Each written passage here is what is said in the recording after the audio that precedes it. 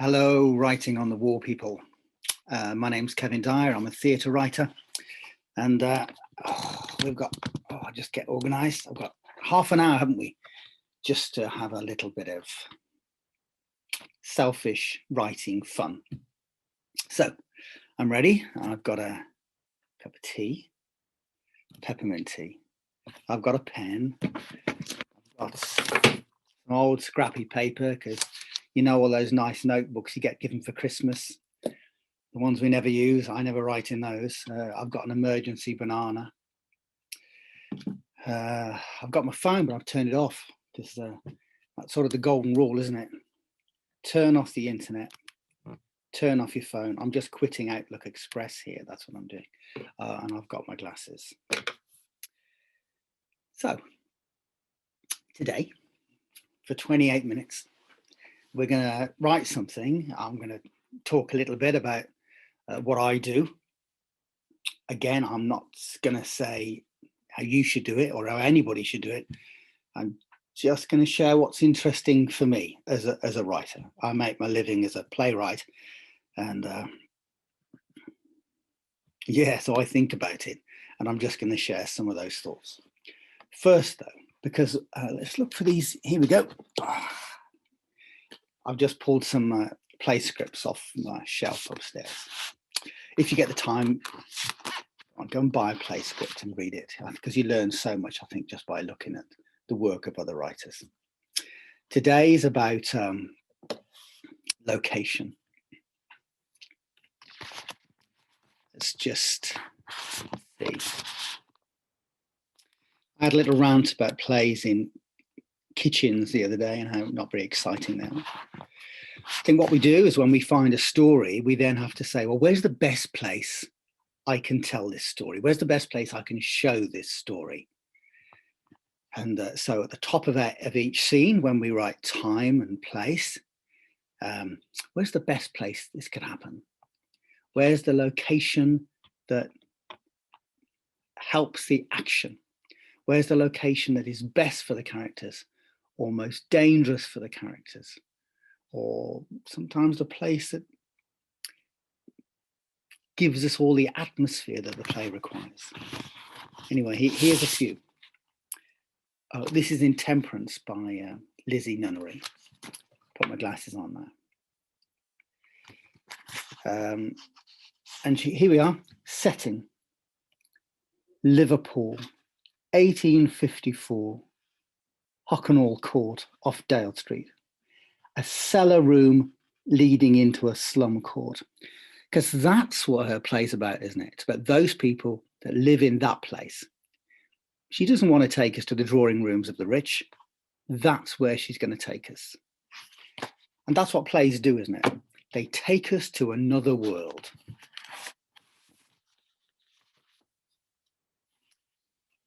Bang, Bang, Bang by Stella. And this is it, look. The DDH compound, North Kivu, Democratic Republic of Congo. That's where Stella's going to take us, to that compound in the Congo, Democratic Republic. And you go, oh my, I've never been there, not in my whole real life. But Stella, she's going to take you there, and she's going to show us what it's like. It's great, it's just great. Three more actually. Will Eno, title and deed. This is a monologue. This is interesting, yes. And it says at the beginning, title and deed. It's a monologue for a slightly foreign man. Because it's a monologue, it doesn't normally have a set. It just takes place in a theatre space, and that's what it says. That's what he asks for. He doesn't ask for dingy interiors or to take us to a foreign country, because he's got a foreign man who's coming to England. And he just says, if I can find it. Oh, here we are. Setting, a theatre, a room. And then he leaves it to the designer and the director and everybody else to do as they wish. But the play could take place anywhere. It could take place in your kitchen. And it's great. It's really great. And here we are. Here's Black Watch, National Theatre of Scotland's fantastically successful play. And again, what the company want us to do, what the writers want us to do, is they want to take us right into the heart of the action of the play. It's about Iran, it's about Afghanistan, but it's theatrical. They're a theatrical theatre company. And they're going to take us to lots of places during the play. But this is where they start. I've got to get through 5 pages of notes on the awards the play won, first of all, before I get to the text. And why not? If you've got it, flaunt it.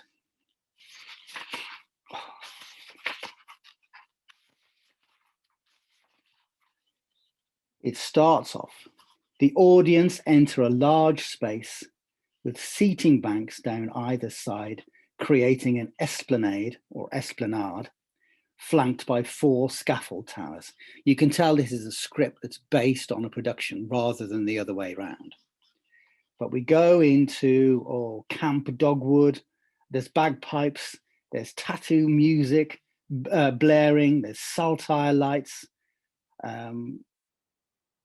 The music builds a climax, and they're taking us to an event. This is interesting. It's not necessarily a location. It's a great military theatrical event. That's how it's going to start. That's how it starts. But then we go to first scene.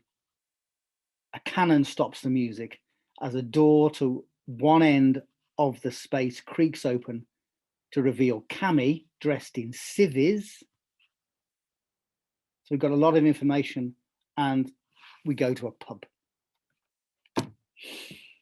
Different sorts of ways of taking us to a location and mixing it with theatre. Oh, here's a number by Carol Churchill, by the way. I think Carol Churchill works with fantastic people. She's really trusting. She doesn't have to tell the company or the actors what to do. So she just tells us the scene is the same throughout. It's where Salter, that's one of the characters, lives. It's just where he lives. She says, there you go, director, designer, I'll leave it to you.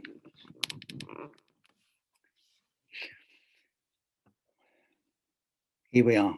Let's start with location. I think I normally start with story and character.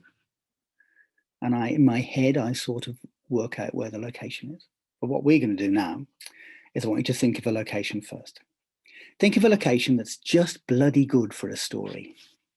Think of a location where stories happen. It might be somewhere you've been, it might not. In this locked-in world, we might want to, well, you might want to take us to somewhere where we've never been before. And I want you to start with a location.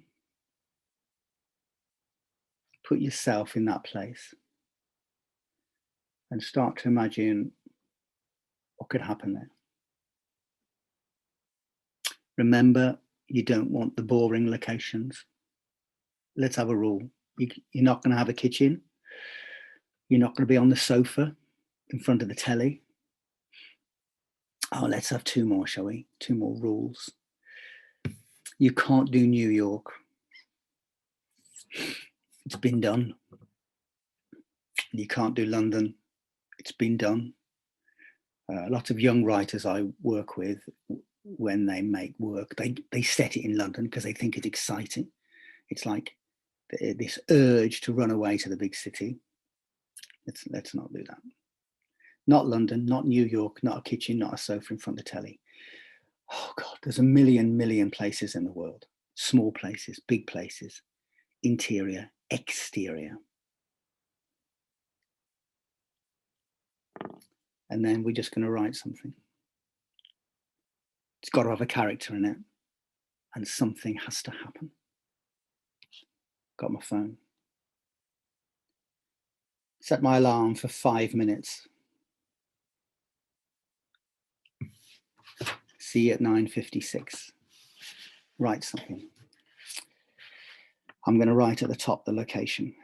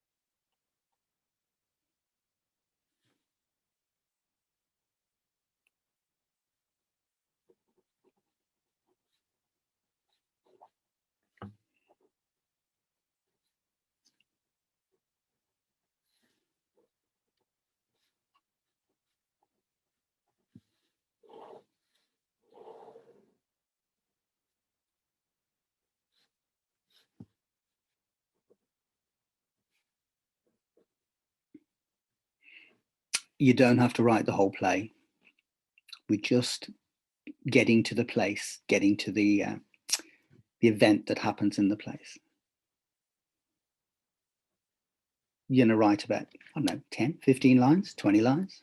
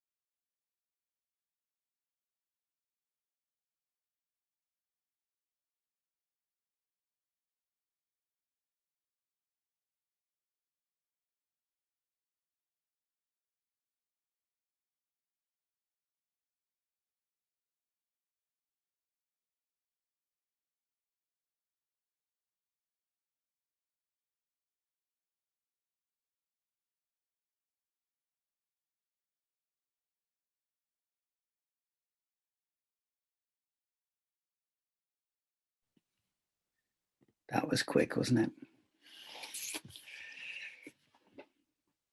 How do you get on? I got a bit stuck, actually, not having characters and not having story. But I also lost concentration because I thought about, I haven't remembered to time this session for 30 minutes. So again, once I lost concentration, I was no longer in the place. I was no longer with the characters. I was stuffed. It happens, doesn't it, to us as writers? The world stops us writing.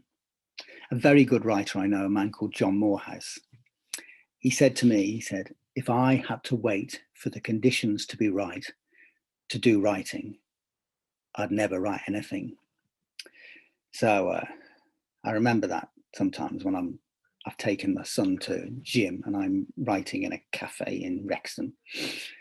I tell myself, this is when I have to write. I can't wait until I'm in the study, if I have one, and everything's quiet and I'm not worrying about my kids or the bills or my parents or anything else. You've just got to write whatever. And that's what we're doing in these half hours, isn't it? We're just writing. So in a minute, we're going to go back and rewrite. And my note to myself is, Kevin, just bloody get on with it. Just focus, get in the zone. What have I discovered? I know where the place is. I've got 3 characters. Now, I didn't know any of them at the beginning. I'll show you the first bit. It's in the cupboard by the toilet here in my house. And there's an old man in the cupboard. And another character comes in and she's his daughter, I think, and she finds him in there. And the first line which came to my head was, what are you doing in there? And I realized that's just the worst line ever, because actually that's just a line the writer writes so I can get the answer to tell the audience what's going on. And actually questions are pretty rubbish anyway. I try and not use questions because normally they're just about giving information on to the audience, or and also that's the question in the writer's head. I'm saying, God, why? What are you doing in that cupboard? So that's what I wrote down. But that's not the character's question. The character knows why he's in the cupboard. I've just realised that. And the second line I wrote was, "Come out, Dad." And that's also a crap line, because Dad is only there to tell the audience the relationship with the 2 characters. That's why. And come out is, well, it's just boring, isn't it? It's so obvious. It's so obvious. So quite often when I start writing dialogue, I write the first bit and then I make sure I cross the first lines out. So I ended up with this as the first line. For Christ's sake, Dad. Still got the dad in, hasn't it? We might think, we might work out that we need that to tell the audience who people are. But I'm going to change it to just for Christ's sake. I don't know whether it's any good, but I'm just sharing with you my thoughts. What I thought about as well is about budget. That if the commissions that come to writers, and if the money which theatres have is so small, we're just going to end up with lots and lots of theatre productions that have no set. Those tiny little fringe productions where there's no budget. And it just encourages us as writers to write 2 chairs and a table,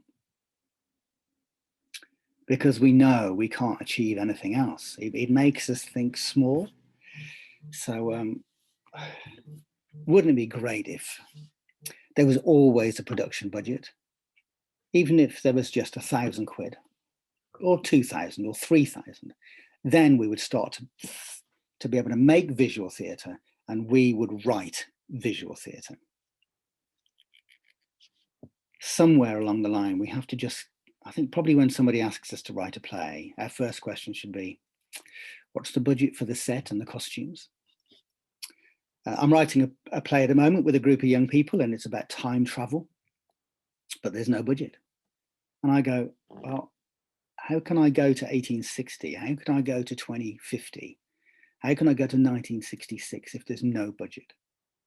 You know, I want to go to 1966 and I want to do 1960s costumes, clothes. I want to do the clothes. I can't do it without a budget. I can't. Well, I can. There's lots of cheaty ways. That's time, though. That's another day. Here we go. Let's rewrite, shall we? If the location isn't working for you, just choose it. Just throw it away and have another go. Location. Location, location. And what does the location make happen in the story? What does it make happen? People talk about location being a character, but it's rubbish. It's not true. That's just not true. Not for Thomas Hardy, not for anybody. But location is a great force. It's an energy that makes characters do things. That's why, you know, Lampedusa, that really, really great play about the refugee experience. It's set on a boat in the middle of the sea between there and there. I think between Turkey and Greece. I'm not sure. But the writer puts them in that location, and that location makes the characters do things. That's what your location has to do, just to make the characters do things. Okay, let's write for another 10 minutes.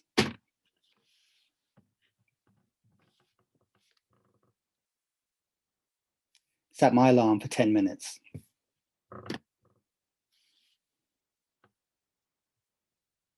It has to make the characters do something.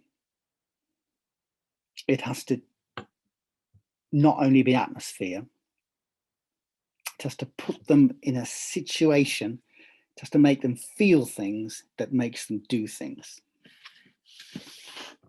See you later.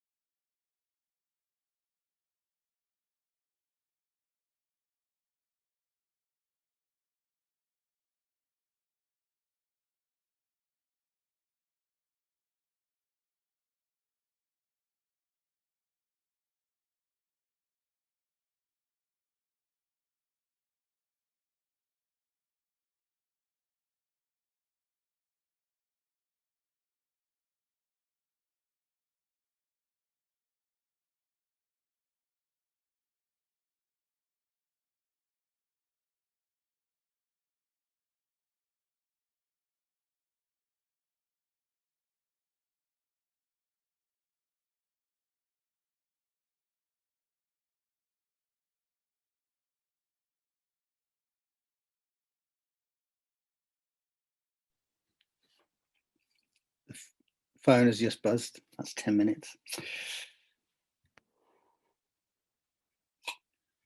Struggled a bit. It was only halfway through when I was writing that I realized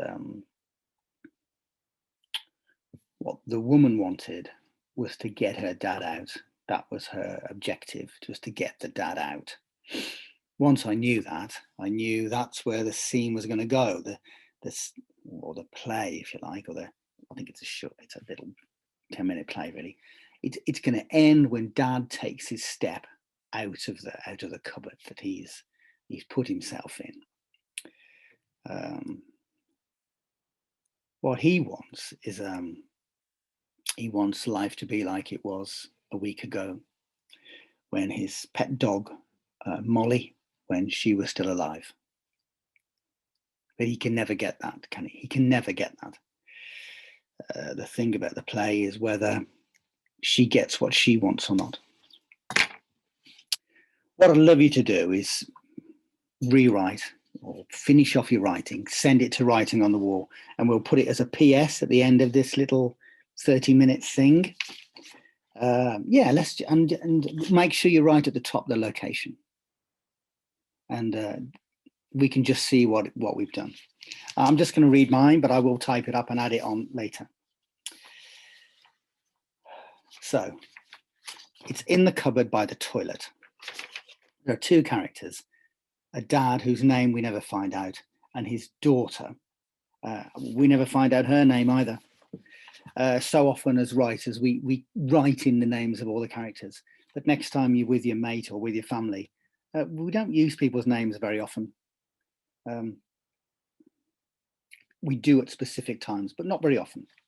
But writers use them all the time because they're scared to death that the that the audience or the reader won't know who they are. She says, Tony will go mental, you know that.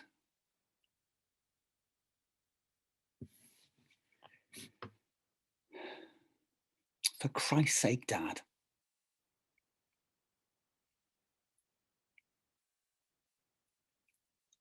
I've bought you an ice bun. It's on the table.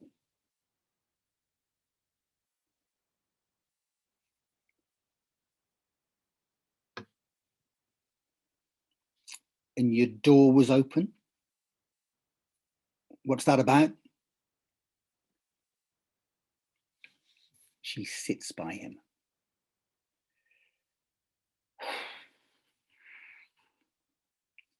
It's pouring out there. I came in the car, brought the hoover, thought I'd run it over the living room, yeah?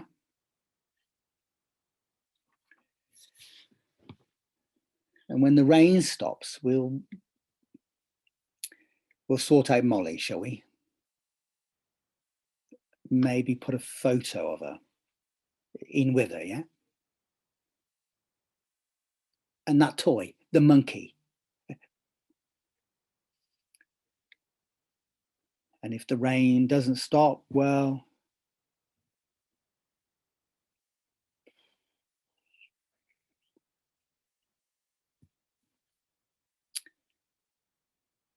and Dad says, it's not a monkey. He shows her the toy.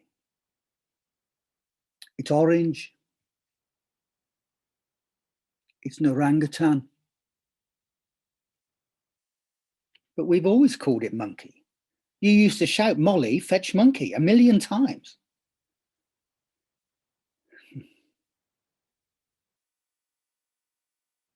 It's a bit smelly in there, Dad.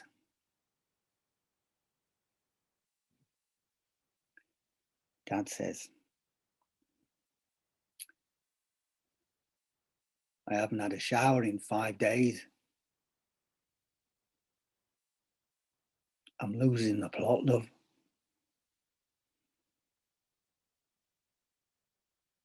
And that's as far as I got. Do you remember that terrible line I had at the beginning, come out, Dad? In the end, it became this, it's a bit smelly in there, Dad. which really says, come on, Dad, come on, without her saying the obvious line. That's it. That's how I got on today. I love doing it, actually. I really liked, by the end, getting to that relationship between the young woman and her dad. I know it's about me and my dad, actually. That's where I got to. My dad never sat in a cupboard. But maybe all of us, when we get in a bit of a mess, we metaphorically can go into a cupboard, can't we? That's what my location did for me. Anyway, it's been lovely spending half an hour with you. Send your stuff in and we'll have a read. I'd love that. I'd really love that. Really love that. Take care. Bye-bye. See you in a week.